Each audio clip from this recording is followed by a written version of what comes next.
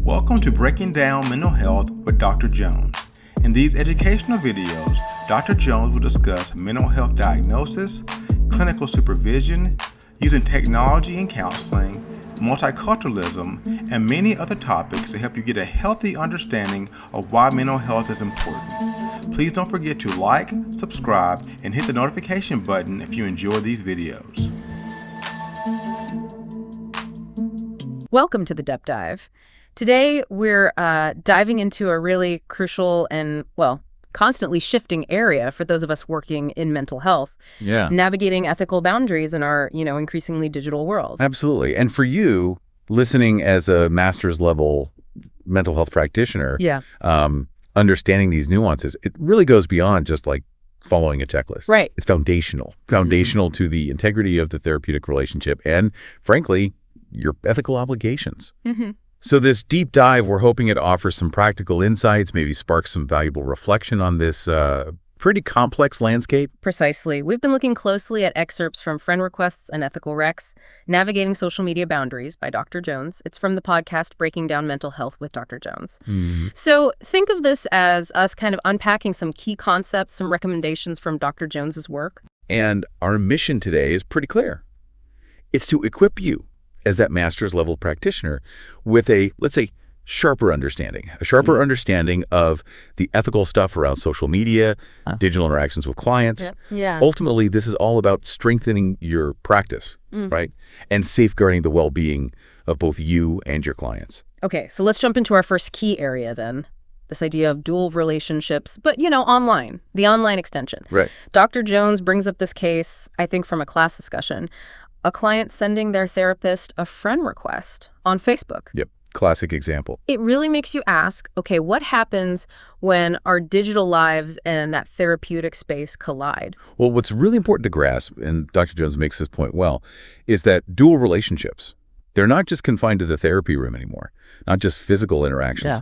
They can very easily pop up online, that Facebook friend request. It's a perfect illustration of how those professional lines can start to blur. The key insight, I think, is that a digital handshake, so to speak, can become a boundary blur just as easily as an in-person one might. And that blurring, it feels so significant, doesn't it? When that line between therapist and, online friend gets hazy. Yeah. It really complicates the professional boundaries we work so hard to keep clear. It's not just about ticking boxes on an ethics form. It's about the clarity of the role itself. Exactly. And when that role clarity is missing, as Dr. Jones points out, it can unfortunately lead to problems, even a rupture in the therapeutic alliance. Really? Yeah, if a client starts wondering, what is our connection online? Are you my therapist right now or something else? That ambiguity, it can seriously erode the trust, the safety that's just essential for therapy to work. Dr. Jones shares a really handy sort of red flag tip. Mm-hmm. If a client actually voices that confusion about the role therapist versus something else, that right there signals a potential boundary issue. That's a great takeaway. It really hammers home that boundaries aren't just about rules. They're about maintaining that vital clarity in the relationship. That's so crucial for us as practitioners. Boundaries are fundamentally about making a clear, safe space for the client. It's not only about following regulations, it's about making sure the client gets the professional nature of it all and feels secure, Okay, let's pivot a bit. Let's talk about something that maybe doesn't always get the spotlight it deserves. The need for digital-informed consent. Yes. Important. Dr. Jones highlights that, while we're often really thorough about the therapy process itself, maybe we sometimes overlook how we handle communication outside sessions in this digital age. It represents a really significant evolution in how we need to think about informed consent. Traditional forms, they focus on in-session confidentiality, goals, fees, that sort of thing. Sure, to standard stuff. Right. But as Dr. Jones points out, and actually the ACA's ethical guidelines, specifically Section H.6 on technology, really emphasize this. We need to explicitly build social media policies into that consent process. Okay, so for us as practitioners, what specific things should we be putting into this digital informed consent? Like, what are the must-haves to cover our bases? Well, clients need really clear, upfront information. First off, is connecting on social media even allowed? Yes or no? That needs a direct conversation. No ambiguity. None. And furthermore, It's vital to clearly spell out which communication channels are okay outside of sessions. Is email okay? What about secure messaging platforms built for healthcare?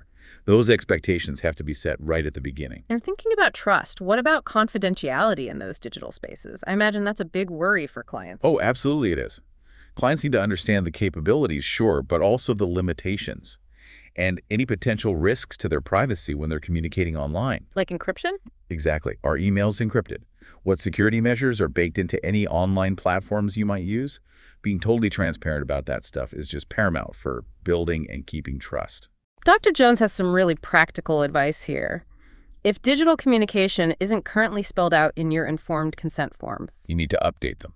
yeah, basically revisit them, update them. It seems so logical, doesn't it, to have these chats and set clear expectations right from the start of therapy. It really does. It just sets the stage for a much more ethically sound practice in, the world we live in now. By tackling these things proactively in informed consent, you as the practitioner are really minimizing the chance for misunderstandings or boundary issues down the road. Okay, let's move to another area, one that maybe isn't always top of mind, but Dr. Jones argues is absolutely critical. Tech competence as an ethical imperative. It's interesting, a student in Dr. Jones's discussion apparently asked, do clinicians actually understand their own social media privacy setting? That is such an insightful question. It really cuts to the core of it for us as professionals, doesn't it? It does. Because as Dr. Jones argues, in today's world, tech competence, it's not optional anymore. It's not a bonus skill. It's fundamental. Just like understanding therapeutic techniques. So this is more than just knowing how to use email or navigate Zoom for telehealth. Oh, precisely. Yeah. Ethical practice now includes being competent with all the tools we use. And for many of us, that involves social media platforms, even if we're not, directly friending clients on there. Right. Just understanding how they work is key for protecting client confidentiality in the wider digital world. So what specific bits of tech competence are most relevant here, thinking about our ethical duties as mental health practitioners? Well, there are several key things. First, just understanding and knowing how to actually adjust the privacy settings on your own social media accounts. That's vital. Knowing what's public, what's not. Exactly. You have to be consciously aware of what you're putting out there. Then, separating your personal and professional online lives, maybe different accounts, maybe just very careful management. That's another crucial step for boundaries. Makes sense. And just fundamentally having a basic grasp of how different platforms work. Their default settings, how info gets shared, how things can get linked. Yeah. That's all part of responsible ethical practice today. It really highlights that protecting client confidentiality online isn't just about firewalls and encryption software. Right. It also involves a real practical understanding of the digital places we hang out in, too. Exactly. Dr. Jones uses a helpful comparison approach, setting digital boundaries with the same care, the same intentionality you use for your in-person boundaries. Ah, okay. And just like you need to understand the dynamics of the therapy room, you need to understand the dynamics of the digital platforms you use or, could potentially cross paths with clients on. Which brings us neatly to a really thorny ethical point. What? The ethics of looking at a client's public online information. Yeah, that's a tricky one. Dr. Jones really flags the dilemma. Okay, the profile might be public, but is it ethical for us, the therapist, to view it without getting explicit consent first? This is where that inherent power difference in the therapy relationship really comes into play, isn't it? How so? Well, even though the info might be technically out there for anyone to see, us accessing it without the client knowing or agreeing, it can feel really harmful. It can definitely damage that trust we work so hard to build. Like an invasion of privacy, even if it's technically public. Exactly. It can feel like an overstep, yeah. Yeah. Even if there are no privacy settings blocking it. And it's not just about how the client might feel about it, is it? Dr. Jones mentioned that ethical codes actually warn against gathering client info outside the therapy context without explicit permission. That's right. Many ethical guidelines really stress respecting client autonomy, their right to privacy. Going looking for info about a client online, without them knowing, it can look like you're trying to get around their control over what they share with you and when they share it within therapy. Dr. Jones offers a really strong guiding principle here. I like this one. If I wouldn't ask in session, I shouldn't be looking outside of it. That's such a clear way to frame it, isn't it? It really is. It feels like a very practical, ethical compass for this area. It is. It forces us as clinicians to really think about our motives. Why are we looking? Is it genuinely out of concern for the client's immediate safety? Maybe. With a clear therapeutic reason that you'd actually bring up in session? Or is it maybe just curiosity? Which, as Dr. Jones rightly says, doesn't ethically justify digging around online. Right. Okay, so let's shift towards some practical strategies, things we as practitioners can actually do to maintain these digital boundaries. Good idea. Dr. Jones gives that concrete example about not saving client phone numbers on your personal phone because of how contacts can sync with social media apps. That's really tangible. It is, and it shows how easily our personal and professional digital worlds can accidentally connect in ways we don't even realize. So what else? Well, using separate devices is a big one. Or even just dedicated phone lines purely for professional use. That's another solid strategy to create that necessary separation and stop accidental boundary slips. And what about setting clear rules and expectations with clients?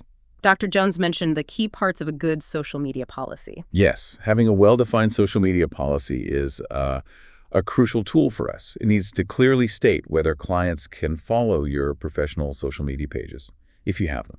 Okay. And really importantly, it needs a clear protocol for how you, the therapist, will handle messages you might get outside sessions through social media, email, whatever. Will you respond? When? For what reasons?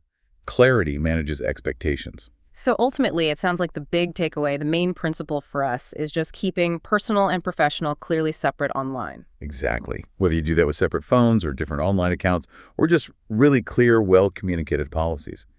The key is that proactive effort. That conscious safeguarding of boundaries is just essential for ethical, effective therapy in this digital age. So wrapping this up, Dr. Jones leaves us with this really central question, doesn't she?